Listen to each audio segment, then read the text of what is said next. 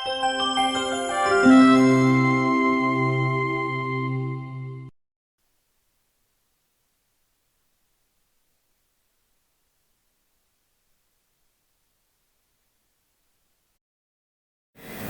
pagi, salam sejahtera bagi kita semua. Senang sekali saya ketemu dengan adik-adik ya. Ada yang mas-mas apa mbak-mbak. Ya, adik-adik semua. Ini mahasiswa semua? Atau ada yang dari program? Ada yang dari program ada nggak? Nggak, semua mahasiswa. Kemarin di program, sekarang jadi mahasiswa gitu kan? Ya, baiklah. Pagi ini yang pertama ini saya diminta untuk sharing tentang bagaimana pengukuran dampak imunisasi. Siapa yang sudah imunisasi? Atau sebelumnya ada nggak? Ada nggak? Sebelah kanan? Tapi anaknya diimunisasi kan? Yang sudah punya anak diimunisasi. Terima kasih. Perkenalan tadi cukup nggak? Cukup ya? Oh, kurang. Ya, nama saya Rusipah. Pengalaman saya sebenarnya di WHO ini terakhir di 18 tahun terakhir ini. Sebelumnya saya di program juga, di puskesmas saya 3 tahun. Kemudian di dinas kabupaten saya 5 tahun, di provinsi saya 5 tahun. Di kabupaten saya pegang semua program. Kalau di provinsi saya sebagai Kasubdin P2, dulu belum merger ya, Kasubdin P2. Kemudian di puskesmas ya biasa, kalau dokter dulu kan otomatis jadi kepala puskesmas gitu. Kalau sekarang tidak ya. Ya, pengalaman kerja di pemerintahan yang 13 tahun tadi itu saya lakukan di Timor Timur, dulu masih Timor Timur, sekarang sudah hilang petanya dari peta Indonesia, sekarang jadi Timor Leste. Kemudian tahun 99 merdeka, saya pulang ke Indonesia. Sebelum pulang Indonesia kan registrasi dulu untuk kepegawaiannya. Saya ketemu dengan Pak Yuwono. Tadi ya sudah disebut Pak Yuwono, salah satu penggagas di FETP ini juga. Kemudian dari Pak Yuwono itulah kemudian saya nyebrang ke WHO. Jadi ceritanya dari tahun 2000 sampai sekarang itu gara-gara Pak Yu saya keceblos di WHO. Ya, terima kasih Pak Yu. Ya, baik, cukup ya perkenalannya itu ya. Anak 2, perempuan semua, semuanya sudah lulus. Oh, saya alumni FETP di Jogja, angkatan kedua tahun 91. Angkatan pertama tahun 90, angkatan kedua tahun 91. Usia saya masih muda waktu itu. Iya, waktu itu saya masih usia 30 tahun. Ya sudah tua juga ya. 30 tahun. Jadi saya FETP angkatan kedua Jogja tahun 91. Ya, dari Jogja ada? Banyak ya? Iya. Dulu belum lahir waktu itu, waktu saya di Jogja. Ya, baiklah, kembali ke materi. Jadi saya diminta untuk memberikan atau sharing tentang bagaimana mengukur dampak imunisasi. Ya. Nah, ini konsep sederhana yang saya buat karena saya nggak punya referensinya, jadi saya buat sendiri. Konsepnya adalah nggak muncul ya? Nggak ada ya, kecil ya. Yang pertama adalah imunisasi atau vaksinasi. Dengan vaksinasi maka akan terbentuk imunitas, tapi juga ada bagian yang tidak terbentuk imunitas. Tidak semua. Selamat pagi Pak Nyoman, moderator saya yang asli, yang Pak Asri ini moderator palsu. Jadi sebentar lagi take out. Vaksinasi maka akan terbentuk kekebalan, tapi tidak 100% yang diimunisasi itu akan terbentuk imunisasi. Ada bagian yang tidak terbentuk, nanti akan kita bahas. Kemudian bagaimana untuk mendapatkan imun lagi selain dari imunisasi, yaitu sakit, terinfeksi. Tapi tidak semua penyakit yang bisa dicegah dengan imunisasi itu bisa menimbulkan imun. Ya. Nah, infeksi ini sebagai contoh misalnya campak. Seorang yang menderita campak itu akan menimbulkan kekebalan yang titernya lebih besar daripada kalau diimunisasi. Ya. Sedangkan kalau misalnya tetanus, yang diimunisasikan adalah toksuitnya. Nah, ini tidak menimbulkan orang yang kena tetanus itu tidak akan terbentuk kekebalan. Ya, jadi tidak semua penyakit yang dapat dicegah dengan imunisasi itu bisa menimbulkan kekebalan pasif. Ya. Berikutnya, ya. Nah, ada sehingga sebentar ya, saya akan ke sana dulu. Oh, sorry. Nah,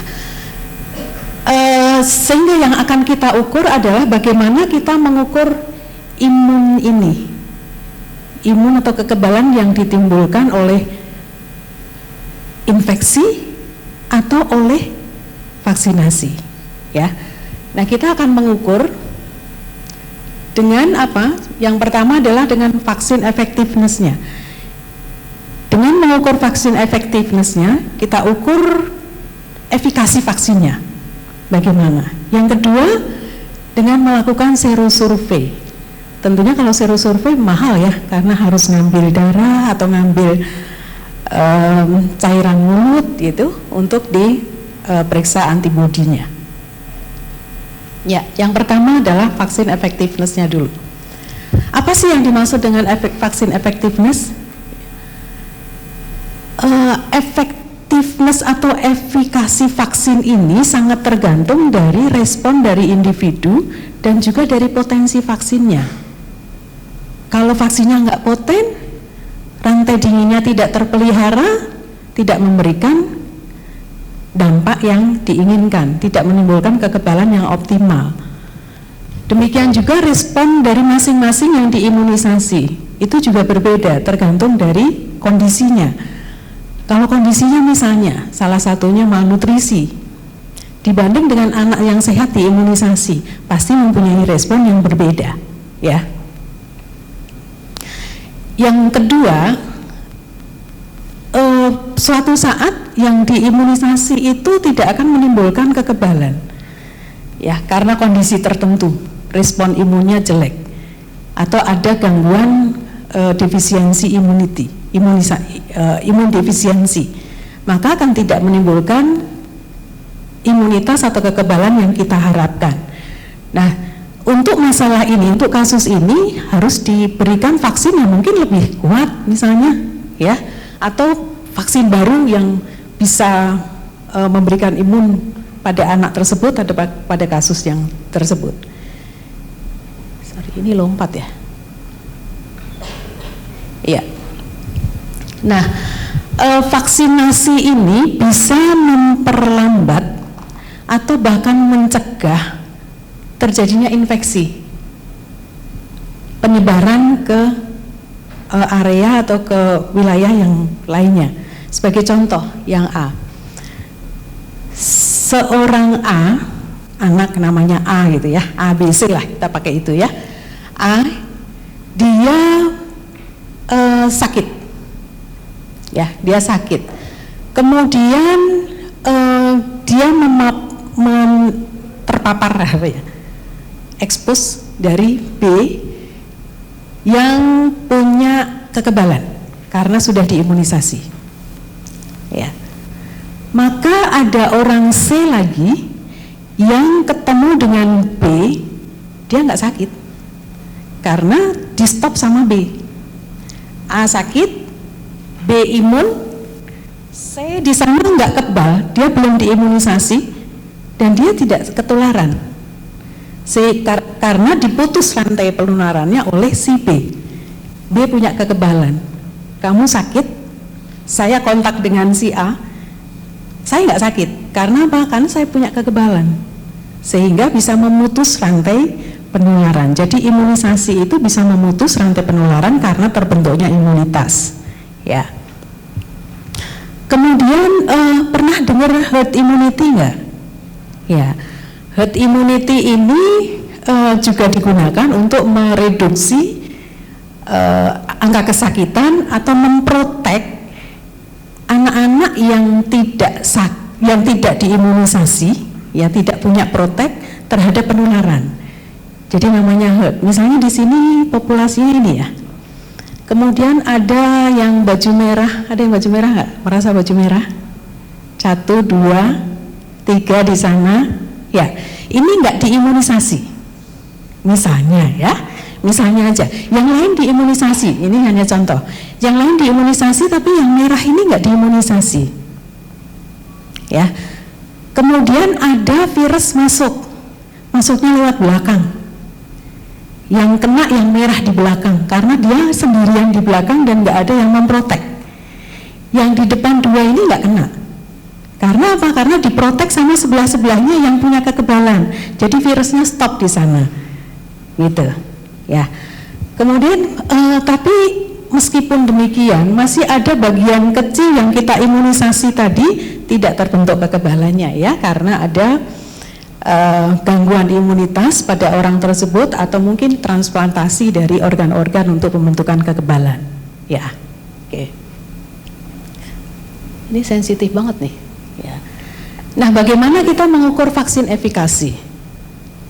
Di sini dibutuhkan 2 angka. Yang pertama adalah incident rate dari anak-anak yang diimunisasi tapi sakit, dan incident rate dari anak-anak yang tidak diimunisasi sakit. Ya. Dari 2 angka itu kemudian kita bandingkan, dan dengan rumus vaksin efikasi ini ARU dan ARV. ARU adalah attack rate unvaccinated, ARV adalah attack rate vaccinated. Dibagi dengan attack rate unvaccinated kali 100%, ketemu vaksin efikasinya berapa. Kita biasanya menggunakan ini ketika melakukan investigasi KLB. Di FVTP sudah berapa tahun ini? Tahun pertama atau tahun kedua? Tahun pertama. Yang tahun kedua sudah melakukan investigasi KLB belum?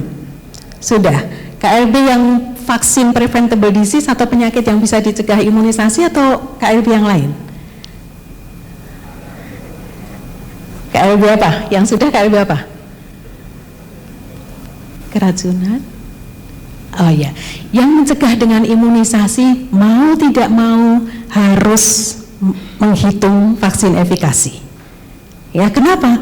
Karena dengan kita tahu vaksin efikasi dan nanti kita bandingkan minimal herd immunity yang harus kita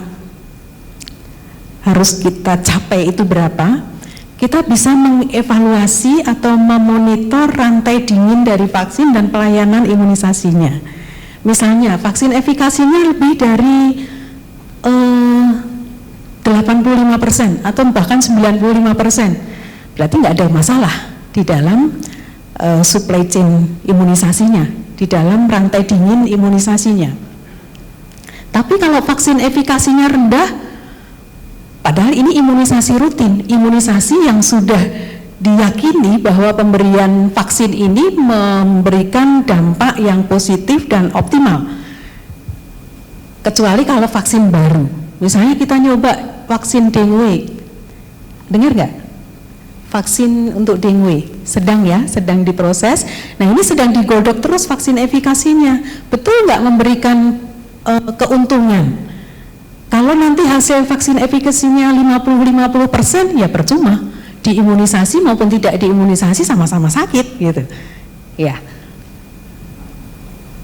Nah, dengan mengetahui ini maka kita bisa memperbaiki program.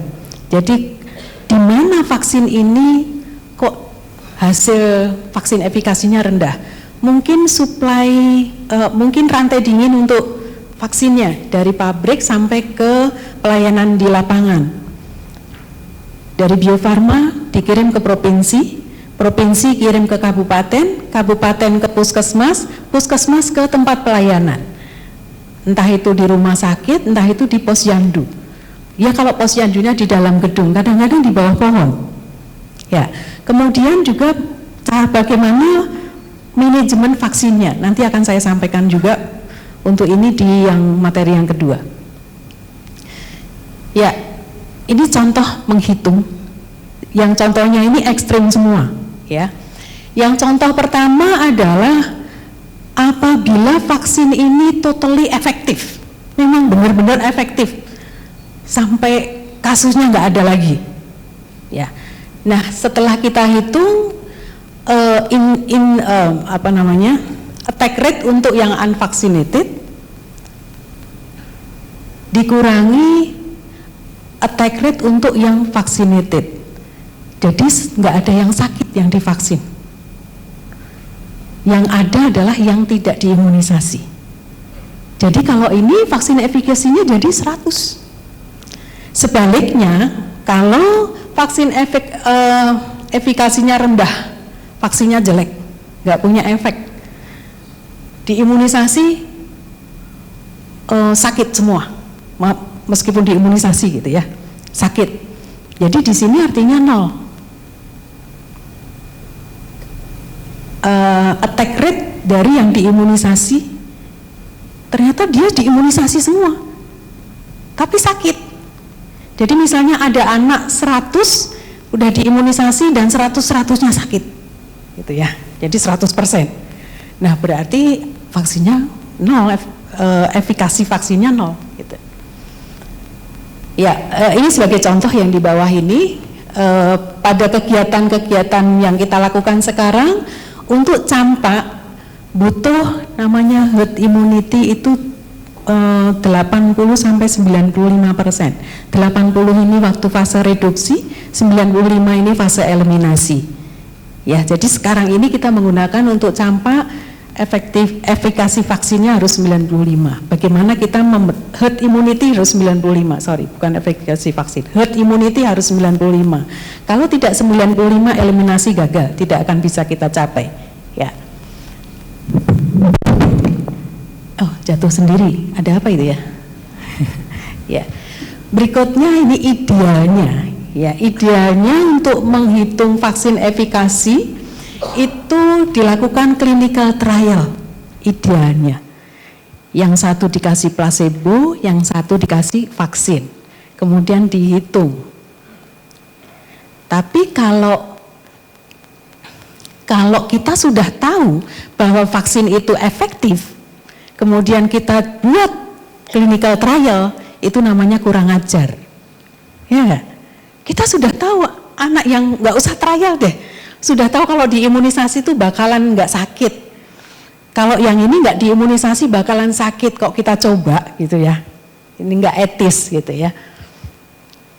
Jadi untuk yang clinical trial atau menggunakan menggunakan double blind randomized placebo ini, kalau kita mau mencoba vaksin itu, vaksin baru yang akan kita buat itu efektif atau tidak, nah kita gunakan ini ya. Tapi kalau yang sudah kita berikan, kita sudah tahu dampaknya positif atau dampak keuntungannya memang bagus, baik untuk mencegah, ya jangan coba-coba untuk menggunakan yang pertama.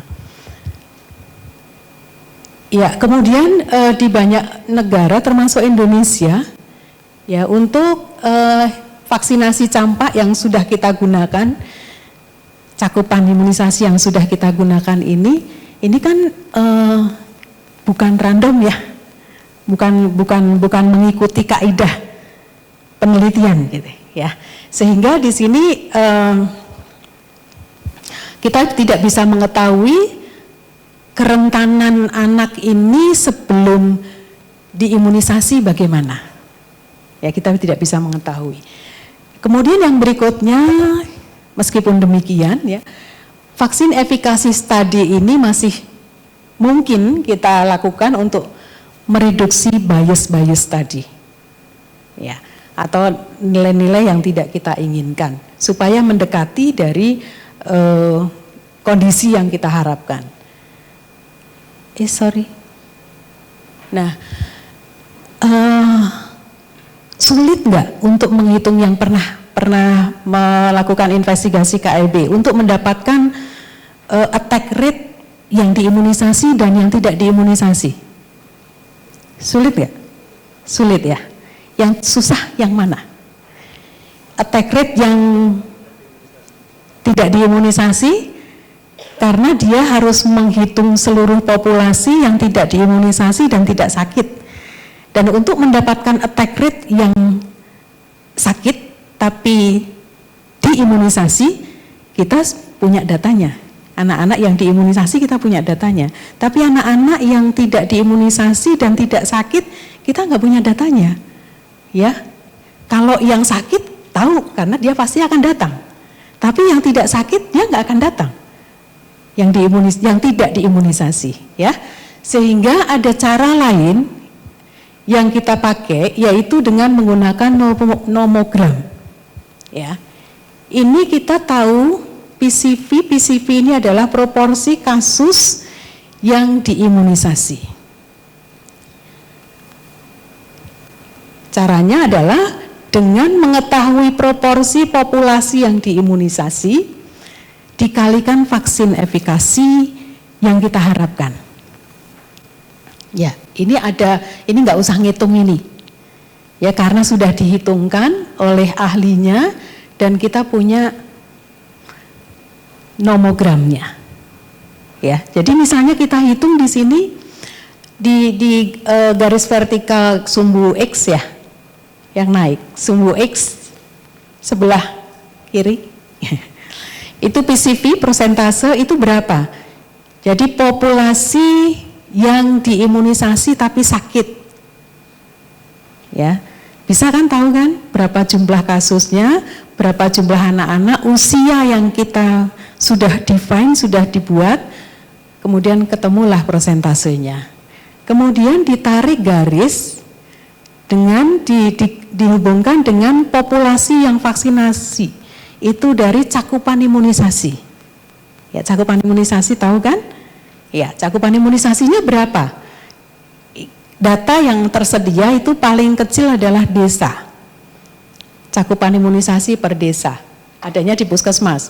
Kalau data desa jangan nyari di pusat. Ya, carinya di puskesmas. Nanti ketemu misalnya ini garis merah itu 70. Jadi yang proporsi yang sakit itu 70 yang diimunisasi. Kemudian cakupan imunisasi yang ada di wilayah di mana terjadi KLB itu 90. Kita tarik garisnya, ketemu antara hitam dan ya 60 dan 70. Ini nih. Ini enggak bisa nih Pak Abu.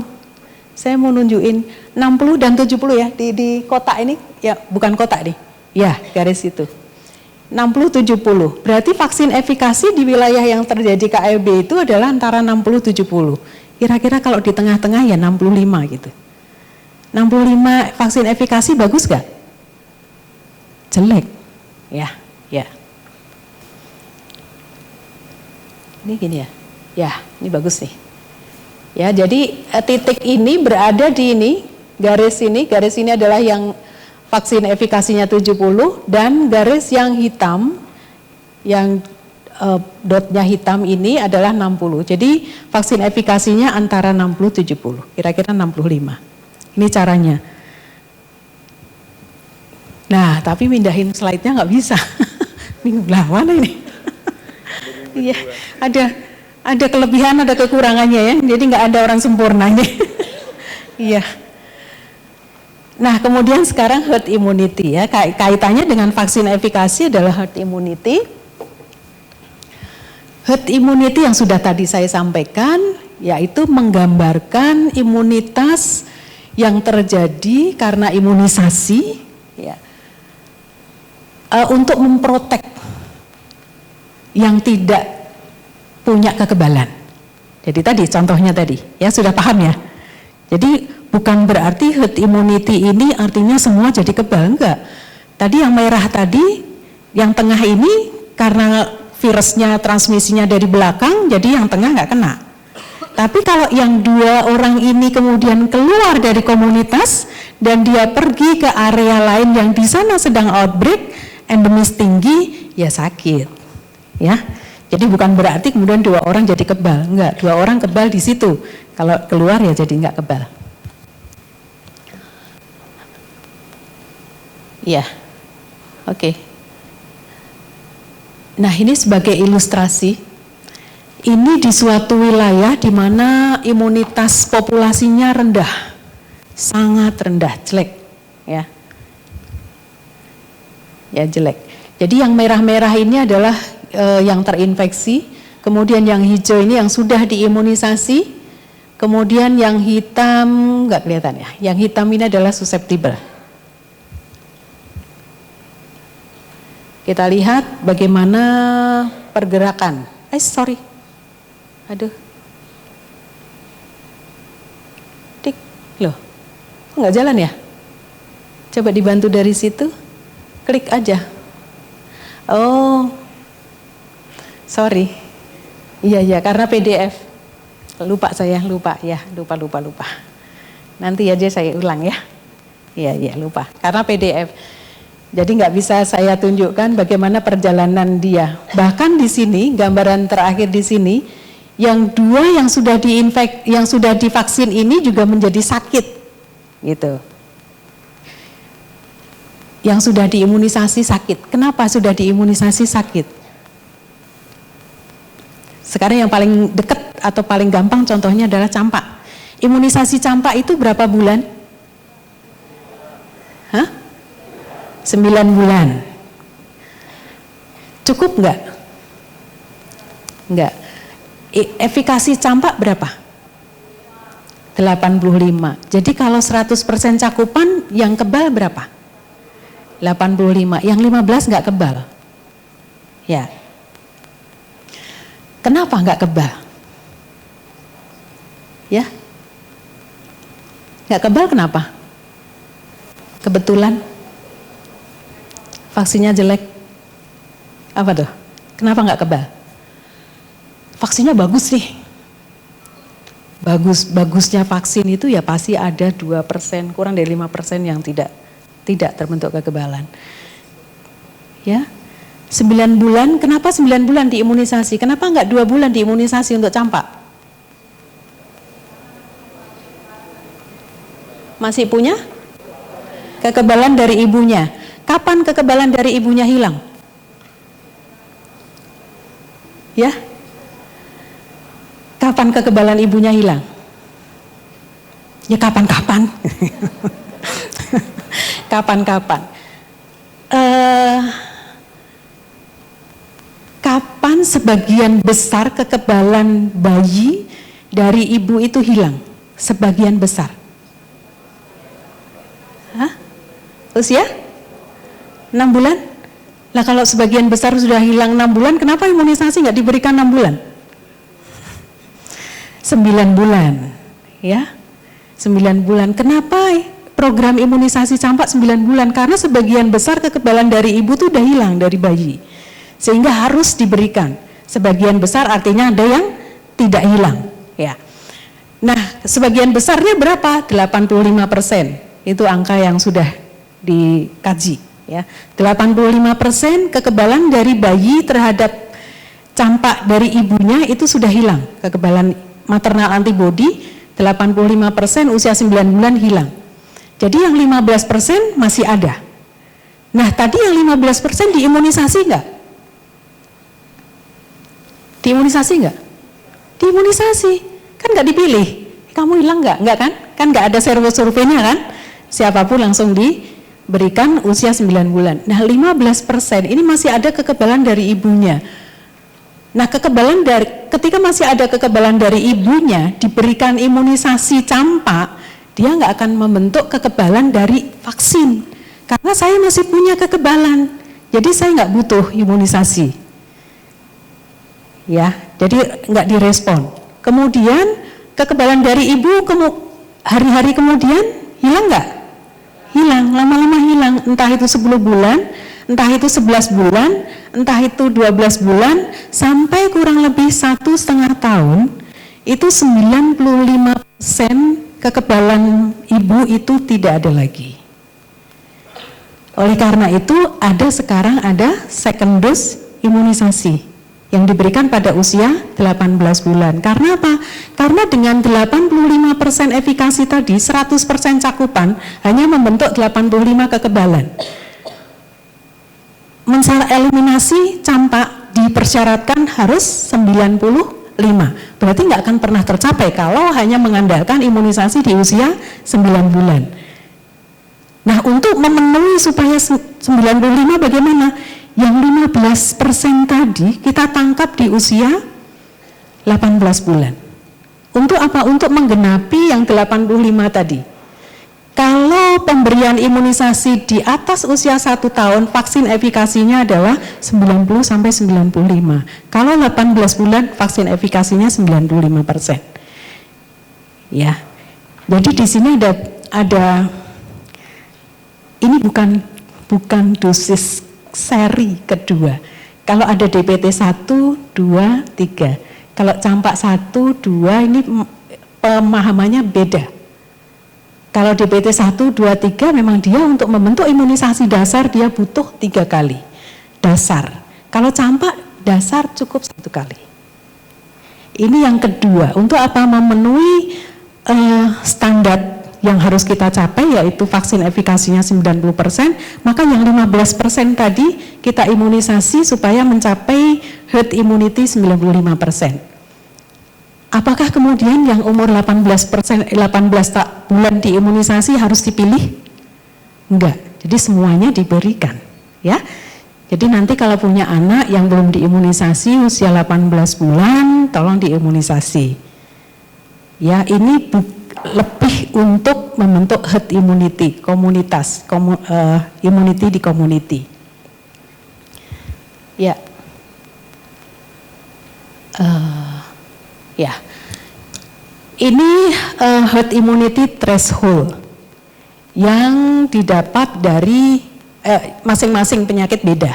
Ya, untuk campak tadi 83 sampai 95 thresholdnya. Kemudian untuk difteri ini 85%. Ini RO ini adalah reproduction number. Jadi kalau ada satu kasus campak itu bisa menularkan berapa di lingkungannya. Dan ini sangat tergantung dari herd immunity-nya. Ya. Kalau herd immunity-nya tinggi ya ini bisa nggak terjadi gitu. Ya. Berikutnya adalah yang kedua yaitu serokonversi.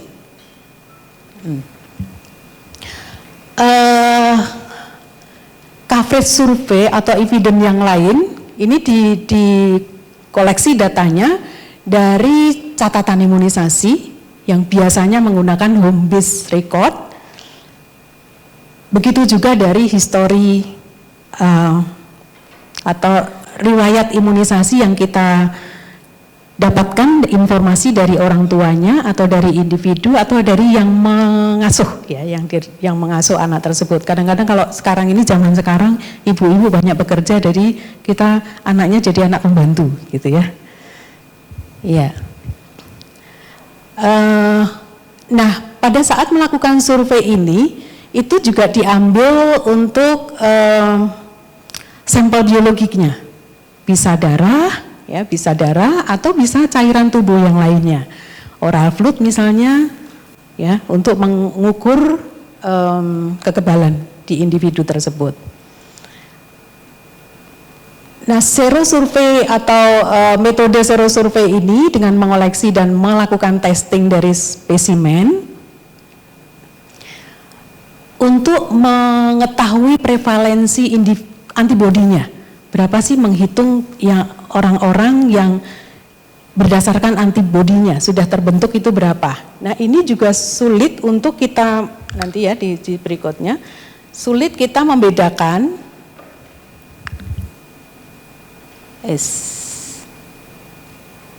tadi lewat ya. Ya.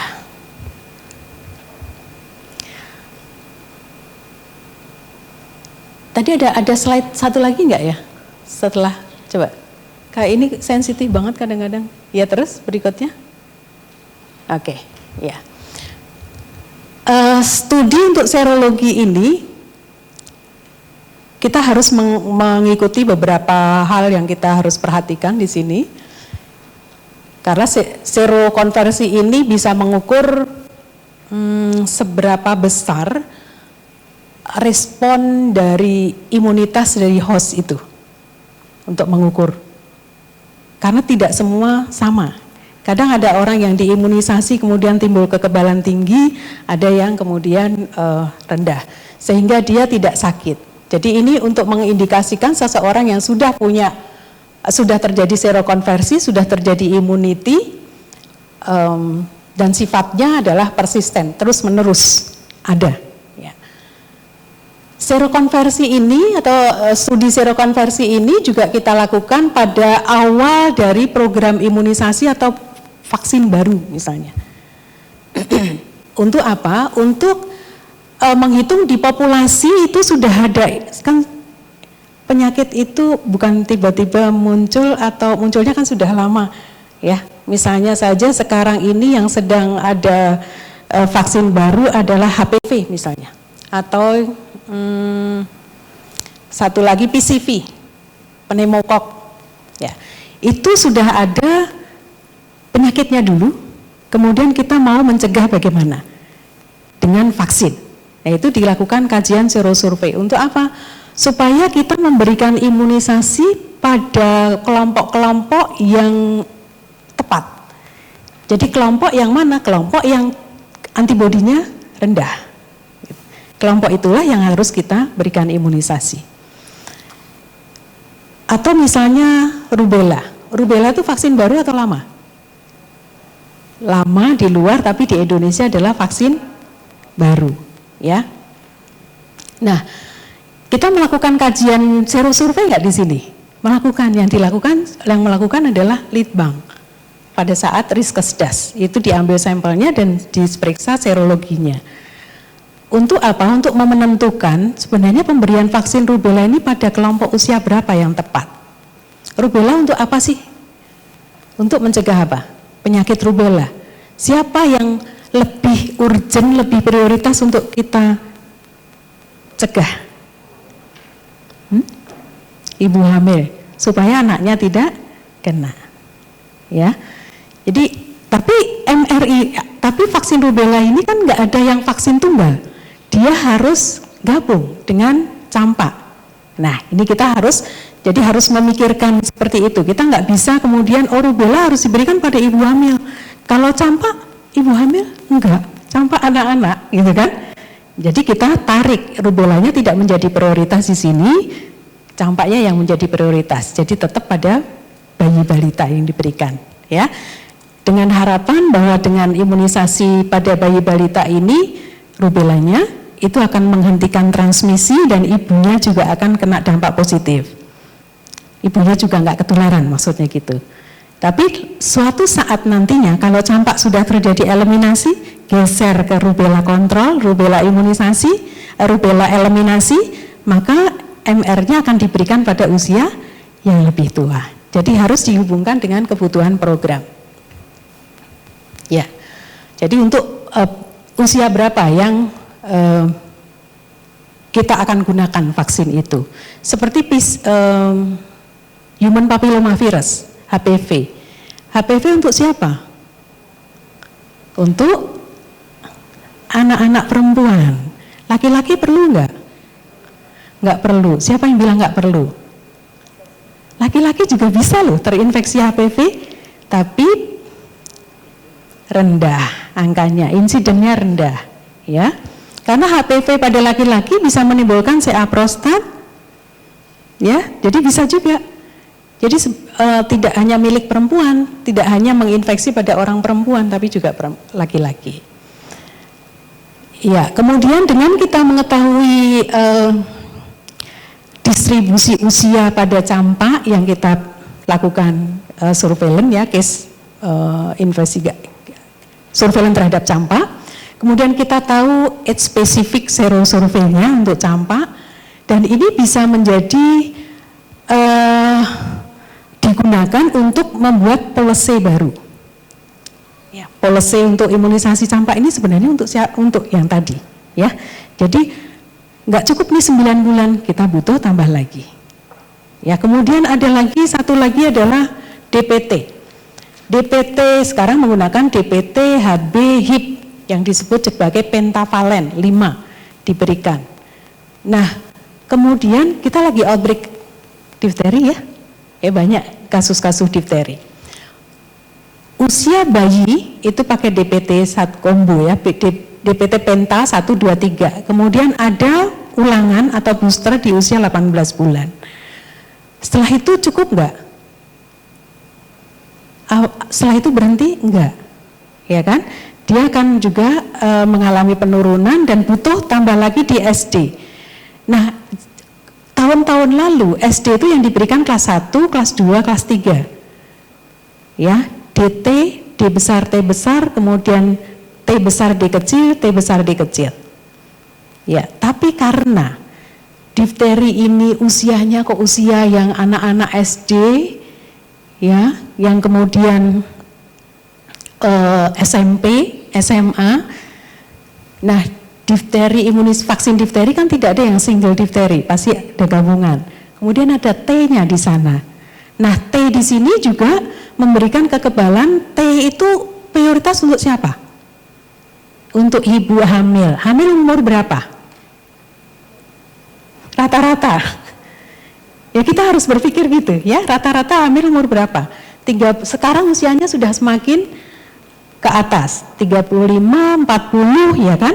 Nah, kita tahu program TT5, status 5T tahu? Itu untuk seumur hidup. Sekarang kita hitung. Pada bayi ada DPT 1, 2, 3 atau pakai combo, penta ya. 1, 2, 3 ada T-nya di sana. Kita harus tahu intervalnya. Intervalnya berapa? 1 bulan, 1 bulan, 1 bulan, ya kan? Untuk imunisasi. Untuk membentuk status imunisasi untuk 5T tidak begitu ngitungnya. Harusnya 1 bulan. Kemudian kedua 1 bulan kemudian, 6 bulan kemudian, 1 tahun, 1 tahun, ya.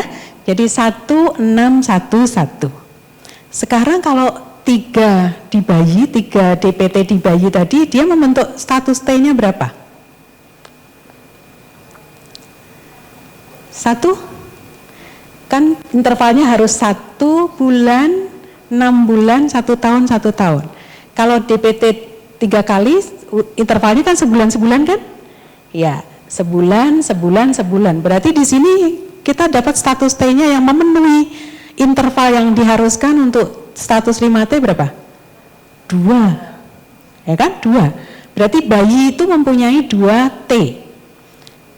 Tambahan lagi kemudian booster di usia 18 bulan sekarang ya, itu mulai tahun 2014. Kalau sebelum itu, lahir sebelum itu ya belum dapat booster yang 18 bulan. Oke, kita 18 bulan. Berarti T3. T4-nya di mana? Di SD. Ya kan? Di SD kelas 1 dapat DT, T lagi. T5-nya di mana? Kelas 2. Ya? Yalah. Kalau ada yang kelewatan ya nanti naik-naik kelas 3. Oke. Kelas 3 umur berapa? 9 bulan. Dia kalau dia nanti perempuan, dia nikahnya umur 30 tahun, dia punya anak umur 35 tahun misalnya, nikah 35 tahun, 9 bulan dikurangi 9 bulan, 35 kurangi 9 tahun berapa? 26. T5 ya, status T5 itu bisa mencegah supaya tidak sakit anaknya, tidak kena tetanus neonatorum itu selama 25 tahun dari imunisasi yang terakhir. Jadi kalau cerita tadi, dia terproteksi enggak? Enggak, sudah lewat setahun. Ya kan? Kalau nanti hamil lagi umur 40 tahun, dia apalagi tidak terproteksi. Jadi harus sekali lagi diimunisasi. Entah imunisasi waktu catin, entah imunisasi pada saat dia hamil yang pertama, cukup sekali saja untuk men-trigger supaya terbentuk immunity yang levelnya tinggi lagi, ya. Jadi serosurvei kemudian yang di bawah ya. Jadi untuk mengetahui age distribusi tadi, kita juga harus paham tentang program-program imunisasinya. Mumet nggak? Pusing ya? Iya, memang harus tahu dasarnya dulu. Ya. Ini tentang ya 2 teknik survei tadi, baik potensi dan serologi, efikasi dan serologi tadi, itu kita bangun untuk menentukan program imunisasinya. Jadi kita mau imunisasi di umur berapa, kelompok umur berapa, ini tergantung dari studi yang kita lakukan. Studi juga tidak harus studi yang resmi yang kita lakukan dengan biaya mahal, tapi juga dengan surveillance. Kita punya data surveillance. Loh, itu nggak akurat tuh datanya, ya dibuat supaya akurat bagaimana? Ya. Ada beberapa kesulitan kalau kita melakukan survei serosurvei ini, ya. Yang pertama adalah antibody atau immunity yang terbentuk dalam seseorang itu tidak hanya ditimbulkan oleh vaksin, juga oleh infeksi. Jadi kita tidak bisa mengklaim bahwa serosurvei ini tinggi, hasilnya tinggi, imunitas di populasi tinggi, ini karena cakupan imunisasinya tinggi. Nggak bisa begitu. Untuk daerah-daerah yang endemis tinggi, ini imunitinya tinggi karena endemis, karena banyak yang sakit. Yang hidup itu adalah yang anugerah, yang kuat, ya. Yang tidak hidup, ya nggak dihitung di sini kan, karena sudah di alam sana, ya. Jadi kita tidak bisa membedakan di sini apakah infeksi natural atau karena imunisasi. Kemudian pengecualian untuk tetanus antibody, ya. Tetanus antibody ini jarang sekali atau bahkan tidak ada, sangat limited, sangat jarang ditimbulkan karena infeksi.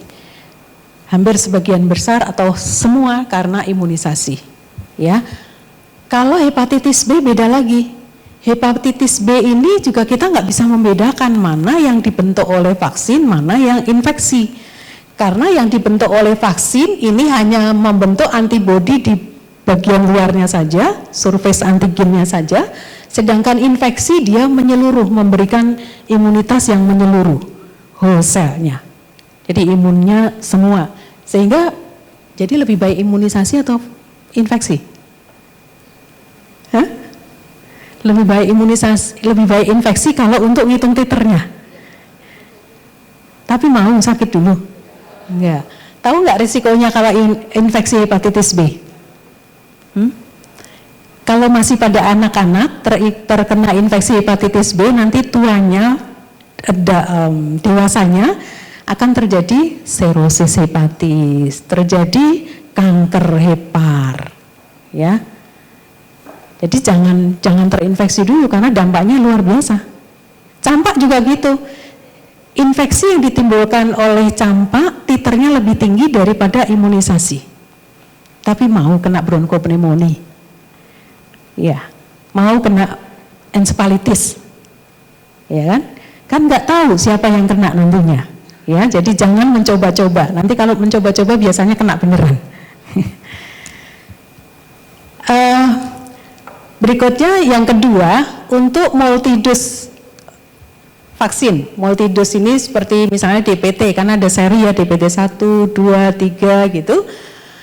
Dengan serosurvei juga nggak bisa mendeteksi apakah ini imunisasi yang sudah sekali atau 2 kali atau 3 kali, nggak bisa diketahui. Taunya dia sudah imunisasi atau dengan 3 kali dia sudah terbentuk atau butuh 5 kali, butuh 6 kali gitu ya. Jadi nggak bisa dibedakan berapa kali dosis yang sudah diberikan. Kemudian yang ketiga, jika antibodi yang tidak terbentuk bukan berarti dia tidak pernah diimunisasi, ya kan? Kan tadi sudah saya jelaskan, ada yang diinfeksi diimunisasi tapi tidak terbentuk imunisasi. Jadi kalau nanti di lapangan di serosurvei ini ada yang tidak ada antibodinya, bukan berarti dia tidak diimunisasi. Dia diimunisasi tapi tidak terbentuk kekebalannya, ya. Tuh. Ya. Atau misalnya respon vaksinnya atau potensi vaksinnya yang rendah. Ya, karena potensinya rendah, misalnya apa? Salah satu rendahnya. Yang paling banyak mudah rusak itu adalah polio, vaksin polio. Vaksin polio itu adalah heat sensitif. Jadi kalau dia kena panas, dia akan rusak. Ya, kalau rusak berarti yang kita teteskan itu nggak ada manfaatnya. Ya, kalau nggak ada manfaatnya kita tetes sampai seember, satu tetes saja lama apalagi seember gitu ya. Itu yang nggak akan terjadi kekebalan. Ujung-ujungnya kalau ada outbreak polio dia akan kena. Nanti yang disalahkan imunisasinya, yang nyalahin anti vaksin. Ya enggak? Anti vaksinnya bilang, itu diimunisasi sudah berapa kali juga masih sakit gitu. Ternyata rantai dinginnya enggak dipelihara. Ya. Kalau dari puskesmas ngambil kemudian dibawa dengan vaksin karier ke lapangan, itu juga harus ada termometernya untuk mengukur suhunya di lapangan. Nah, masalahnya teman-teman di lapangan itu kalau tidak paham imunisasi, tidak paham vaksin, dianggap vaksin itu sama saja perlakuannya, padahal beda-beda. Vaksin polio dengan DPT beda memperlakukannya. Ya, kalau DPT itu agak tahan panas, tapi kalau polio nggak tahan panas. Kalau DPT nggak boleh beku, kalau polio harus beku, ya kan? Nah, itu nggak paham, maka yang terjadi di lapangan seringkali vaksin dibuka, diteteskan, ditaruh, nunggu anak yang lain datang. Tidak dimasukkan ke dalam termos lagi. Jadi vaksinnya rusak. Untuk DPT aman, untuk polio rusak. Ya, untuk campak juga rusak. Apalagi campak yang harus kan vaksin kering. Jadi harus diluen, dicairkan, ya, dilarutkan. Nah, kalau sudah dilarutkan lebih dari 6 jam nggak boleh dipakai lagi. Nah, ini masalahnya di praktek swasta. Siapa yang mau rugi? Imunisasi 1 vial untuk 1 anak, kan enggak kan? Udah dilarutkan, masukkan di freezer lagi. Ada yang datang lagi, diberikan lagi. Ya, apa yang dipakai ini, ya? Ini bukan saya ngomong tanpa bukti, ini ada benar gitu ya. Kemudian polio. Polio itu semua vaksin ada VVM-nya, VVM Vaksin Vial Monitoring yang ditempelkan di body atau ditutupnya. Untuk campak yang harus dilarutkan itu ditutupnya. Itu untuk mengkontrol apakah vaksin ini sudah pernah terpapar panas atau tidak. Ya, polio saya dapatkan di dokter praktek swasta, bukan dokter praktek swasta, di rumah sakit. Di situ ada klinik imunisasi oleh dokter spesialis. Saya tanya, dok, tahu nggak VVM ini? Karena apa? Saya menemukan vaksin yang sudah VVM-nya state 4 itu sudah harus dibuang jauh-jauh, itu masih ada di kulkas dan masih digunakan. Saya tanya, dok, tahu nggak VVM ini? Gak ada contohnya ya? Bayangin aja deh. Bayangin aja, tadi kan ada orang diimunisasi di bawah, di belakang. Pernah tahu VVM nggak? Tahu ya? Bayangin aja ini, kemudian yang tulisan aqua ini pura-pura kok buletan, di tengahnya ada kotak. Ada kotak yang tentunya kotaknya lebih kecil dari buletannya, ya kan, kotaknya di dalam buletan. Nah, kotak ini itu indikator warna. Kalau bagus maka kotak warna ini warnanya muda, lebih muda dari warna di dalam lingkaran. Kalau warnanya sudah berubah menjadi agak tua, maka dia sudah state-nya 2. Kalau warnanya sama dengan warna dalam lingkaran, maka state-nya 3. Kalau warnanya lebih menonjol, warnanya ungu, lebih nonjol dengan warna di sekitarnya, maka state-nya 4. Jadi yang boleh digunakan adalah state 1 dan 2. State 3 itu hati-hati, ini sudah nggak bisa dipakai, harus segera disingkirkan. State 4 sudah jauh-jauh. Ya. Jadi kalau potensi vaksinnya sudah menurun dengan VVM tadi, ya tadi saya cerita di rumah sakit tadi, dok tahu nggak VVM? Enggak, itu apa ya? Oh, pantesan. Ya, saya dapatkan ini. Saya dapatkan yang VVM-nya sudah 4, state 4.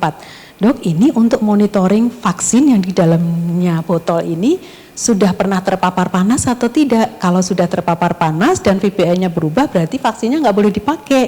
Ini masih dipakai ya? Iya, kemarin baru dipakai.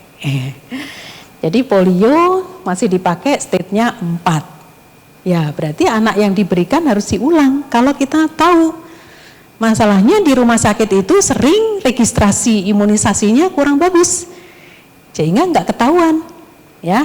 Jadi kalau nanti ada campaign PIN polio, semua harus ikut. Karena apa? Untuk menutup yang bolong-bolong tadi, yang pada saat imunisasi program itu tidak bagus. Ya.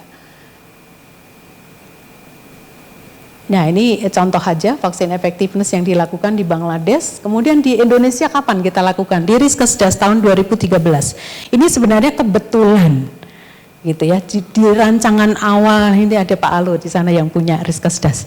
Di rancangan awal Riskesdas ini tidak dilakukan untuk serosurvei PPD, vaksin preventable disease. Terutama di sini adalah measles rubella karena mau campaign tahun 2013 dilakukan.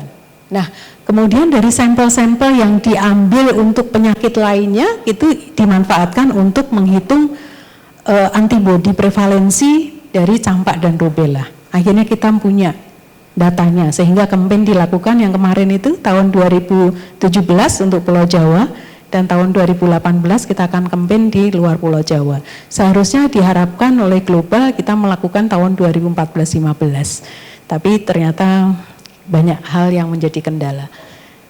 Kemudian untuk immunization coverage survey juga pernah dilakukan, ini tahun 86 sudah lama sekali ya, di Gianyar DKI. Sebenarnya banyak sekali coverage survey yang sudah dilakukan di program baik oleh independen maupun di masing-masing wilayah menggunakan cluster sampling ya, yang cluster survei ya.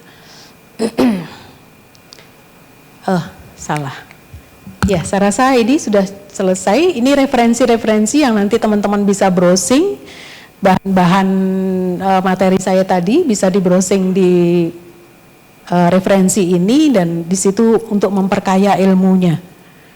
Ya, jadi untuk ilmu imunisasinya ini nggak ada di sini. Ilmu imunisasinya ya harus belajar di buku pedoman-pedoman imunisasi itu ada. Karena kalau kita melakukan studi yang kaitannya dengan imunisasi, kita tidak paham program, nanti nggak akan bisa dipakai hasilnya. Ya, jadi kita harus related dengan program yang sekarang sedang dijalankan oleh Kemenkes. Ya, saya rasa itu yang saya sampaikan. Terima kasih. Wassalamualaikum warahmatullahi wabarakatuh.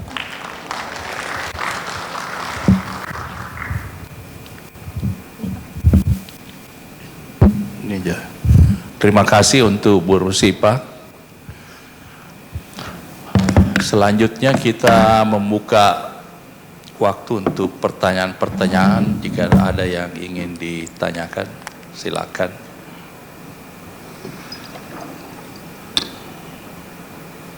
Ya, sebutkan nama, alamat dan status.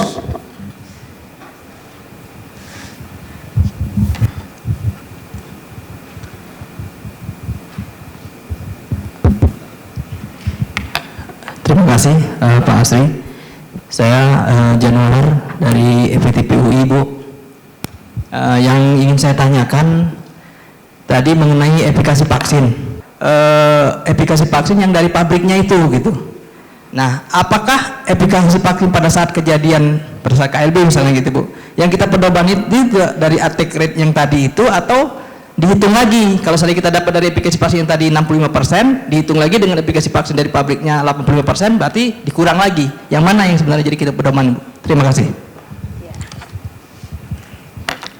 Ini melanjutkan yang pertanyaan yang dari UI. Perkenalkan, saya Ahmad Musafa dari FETP UGM, kohort 2016. Mengenai efikasi vaksin juga, seperti yang kita ketahui bahwa kejadian penyakit yang bisa dicegah dengan imunisasi itu sekarang kebanyakan pada anak dengan usia dewasa atau orang dengan usia dewasa, seperti halnya kita contoh difteri. Kalau untuk menggunakan vaksin efikasi yang rumus yang attack rate itu kayaknya agak susah mendapatkannya. Kemudian kalau kita menggunakan yang nomogram itu yang seperti Ibu sampaikan di awal bahwa kadang kantor kita berada di bawah pohon rindang. Jadi itu akhirnya cakupannya bisa lebih tinggi banget dari yang ada, bisa sampai di atas 90%. Namun kalau kita melihat kasusnya itu, jika hubungan dengan kasus, apakah vaksin efikasi tersebut masih bisa kita pakai untuk dasar penentuan vaksinnya itu, Bu? Itu. Terima kasih. Assalamualaikum warahmatullahi wabarakatuh. Pertanyaannya semuanya pada vaksin efikasi. Yang pertama, Pak Januar menanyakan vaksin efikasi, pabrik kan sudah menyatakan bahwa ini vaksin efikasinya, itu idealnya. Yang keluar dari pabrik itu vaksin efikasinya, potensi vaksinnya harus tinggi. Ya kalau nggak tinggi nggak kita pakai, gitu ya, harus tinggi. Itu quality controlnya, ya. Artinya quality control dari pabriknya, dia keluar dari pabrik harus tinggi potensinya. Nah, ketika di lapangan kan terjadi rantai dinginnya tadi ya, jadi ada rantai dingin dari pabriknya ke provinsi pakai pesawat, gitu. Pesawat provinsinya kalau semua provinsi sekarang udah langsung pesawat direct ya dari Jakarta, atau transit dulu ke Makassar. Ya, kemudian dari provinsi ke kabupaten ada yang pakai pesawat kalau di Papua, kalau yang lain pakai darat. Ya, pakai darat atau pakai laut bahkan, ya. Kemudian dari kabupaten ke puskesmas ke lapangan. Nah, rantai transportasi ini juga akan pengaruh pada potensi vaksinnya. Ya. Meskipun sudah dikontrol dengan suhu, oleh karena itu vaksin efikasi yang boleh yang threshold tadi itu mempertimbangkan dari rantai dinginnya tadi. Ya, tidak pada satu angka tetapi range-nya berapa gitu. Nah, mana yang akan kita pakai? Dari berdasarkan survei atau dari berdasarkan vaksin dari pabrik tadi? Ya dari survei. Ya, karena kita ingin mengetahui masalah di rantai dinginnya atau di pelayanannya. Nanti di materi kedua saya akan ada di situ. Di mana masalah itu terjadi? Apakah di rantai dinginnya atau di pelayanannya? Atau mungkin di reportingnya? Bisa kan? Kalau kita nggak pakai suruh survei, kan reportingnya dilaporkan ada tapi dia nggak divaksin, gitu kan? Atau divaksin tapi nggak ada kartnya, kita anggap dia tidak diimunisasi kan? Ya, jadi itu yang kita pakai adalah yang di lapangan dengan artian tujuan kita menghitung vaksin efikasi adalah untuk memperbaiki program. Untuk memperbaiki program, bukan untuk memperbaiki kalau di sana itu BPOM nanti untuk memperbaiki pabriknya itu BPOM. BPOM itu setiap Bio Farma pabrik vaksin mengeluarkan nomor batch vaksin tertentu, maka dia harus disertifikasi oleh BPOM bahwa yang keluar vaksin ini potensinya masih memenuhi standar gitu. Ya, jelas ya? Ya. Kemudian Pak Mustafa mengenai contohnya tadi difteri ya Pak, sekarang usianya dewasa, kita pakai nomogram gitu ya. Nah, usia dewasa kita harus tarik cakupan imunisasi, bukan cakupan imunisasi yang sekarang, tapi cakupan imunisasi ketika dia bayi balita berapa gitu. Oleh karena itu kalau kita ngitung golongan per golongan kan agak ruwet juga ya. Hetik gitu nyari datanya gitu per golongan. Jadi kelompoknya mediumnya di mana, yang paling banyak itu di mana kasusnya, di usia berapa, disitulah kita tarik age specific attack rate-nya gitu. Jadi khusus attack rate pada usia range ini saja kita cari di datanya. Kalau sudah dewasa misalnya gini, kita harus juga memperhitungkan program imunisasi di Indonesia ini kapan dilakukan. Kemudian cakupan universal child immunization-nya kita capai yang paling tinggi tahun berapa. Kemudian tahun-tahun berikutnya coverage-nya gimana. Nah, itu juga harus menjadi pertimbangan gitu. Jadi kalau di Indonesia imunisasi umur 80-an, 83, 84 secara nasional. Kemudian tahun 90 itu mencapai UCI waktu itu juga 80%. Ya. Jadi 80% itu angka yang standar banget. Kalau untuk eliminasi campak nggak masuk sekarang sudah ada perubahan target. Ya. Kemudian selain itu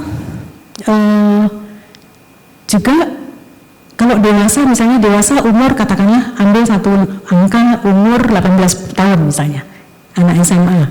18 tahun. Kita tarik, dia imunisasi bayinya di umur berapa?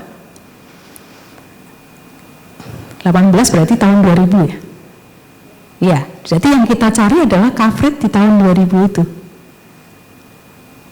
Untuk menghitung vaksin efikasi ketika dia ada di imunisasi. Jadi kita jangan menghitung vaksin efikasinya golongan orang lain. Misalnya kita mau menghitung kelompok dewasa, tapi cakupannya kita menghitung anak yang sekarang yang nggak cocok.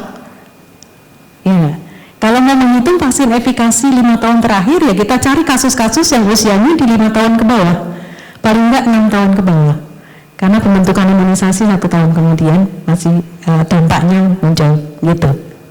Ya, paham nggak? Atau belum menjawab pertanyaan? Mungkin ini Bu lebih ke kenyataan yang ada di lapangan, bahwa kadang data 18 tahun yang lalu itu sangat susah untuk didapatkan. Beberapa alasan, biasanya komputernya rusak ataupun perbedaan petugas, itu yang menyebabkan kami susah untuk mendapatkan data-data tersebut. Jadi kesulitannya mungkin di situ, Bu. Ya, ada laporan tahunan profil kesehatan di kabupaten, provinsi atau nasional, itu bisa dicari di website. Ya, jadi pakai profil kesehatannya. Itu hanya estimasi kasar sekali. Ya, jadi itu kita tanpa memvalidasi data, kan? Ya. Ya, apapun data yang tersedia itu kita bisa lakukan, dan nanti kalau kita ragu-ragu data ini valid atau tidak, akurat atau tidak, kita berikan komen bahwa ini datanya seperti ini sehingga sarannya apa, bla bla bla. Gitu.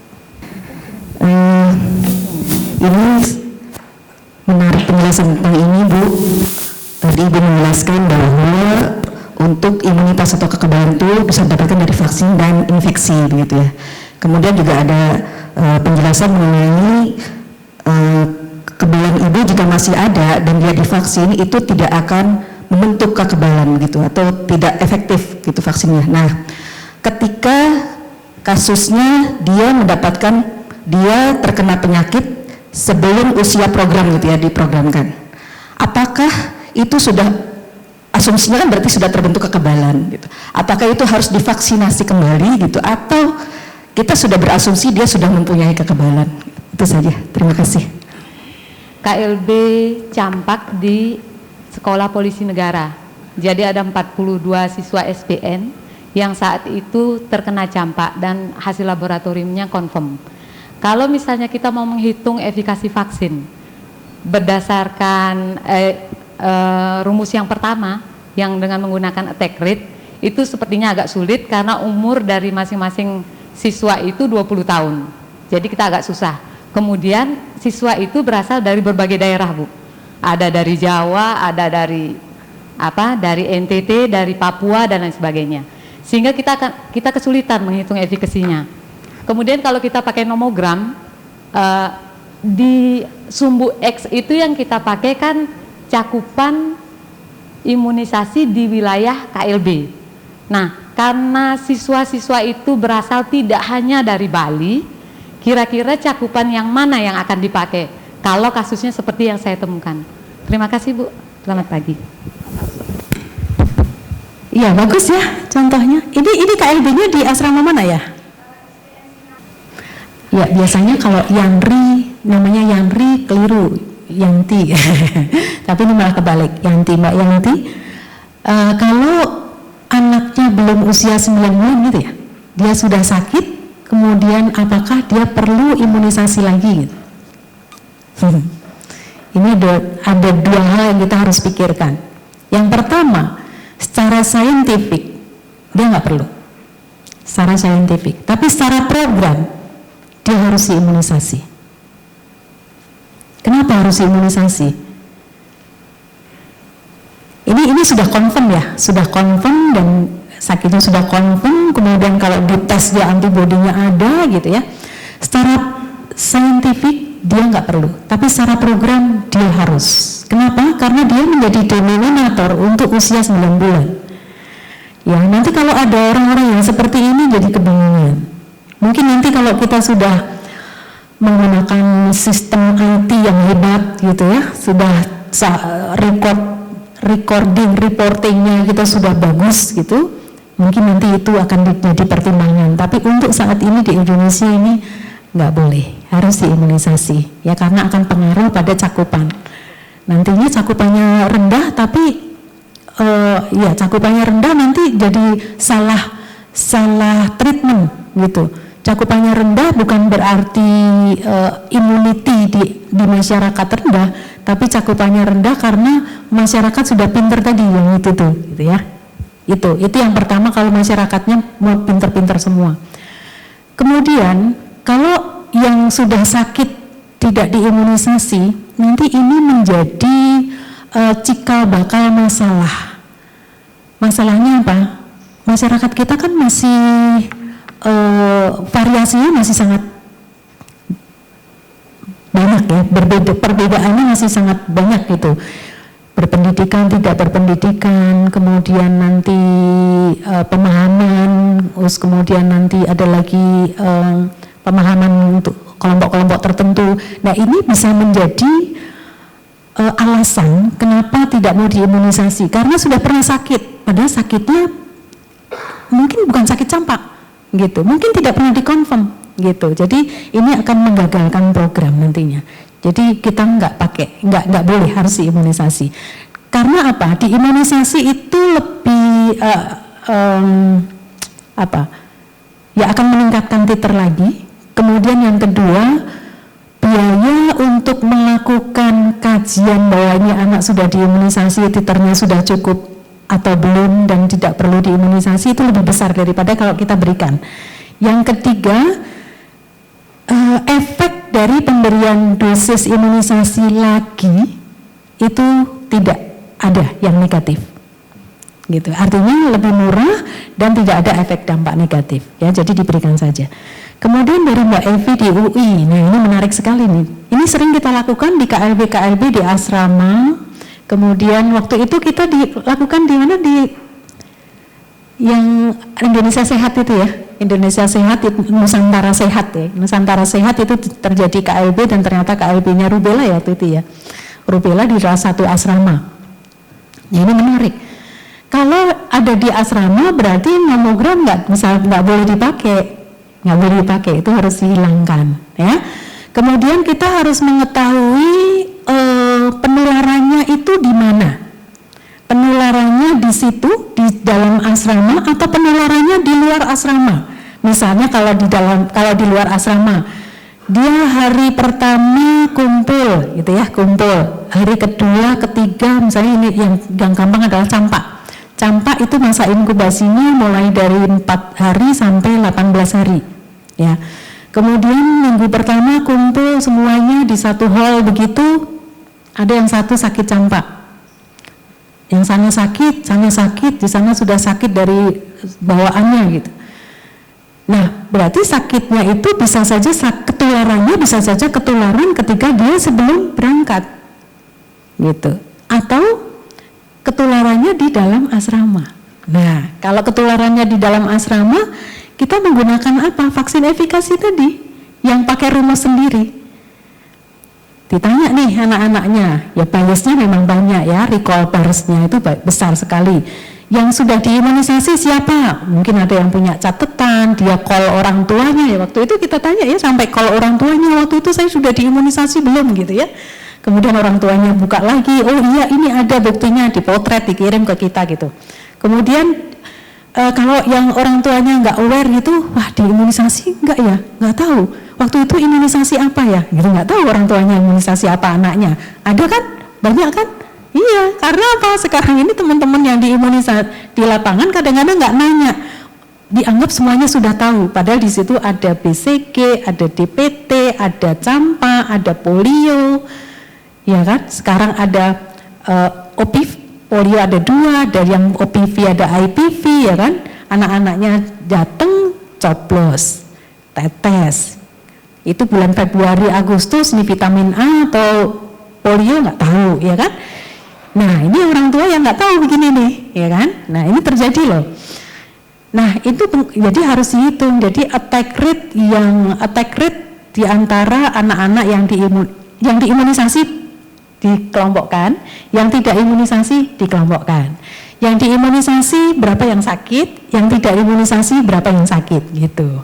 Jadi ngitungnya dari situ. Ya, nggak bisa pakai nomogram, harus dihitung. Ya, oke, terima kasih. Oh, break dulu ya. Saya hampir lupa ya. Saking asiknya imunisasi ini ya. Kita break dulu 10 menit ya. Saya kira ambil aja minumannya bawa masuk supaya kita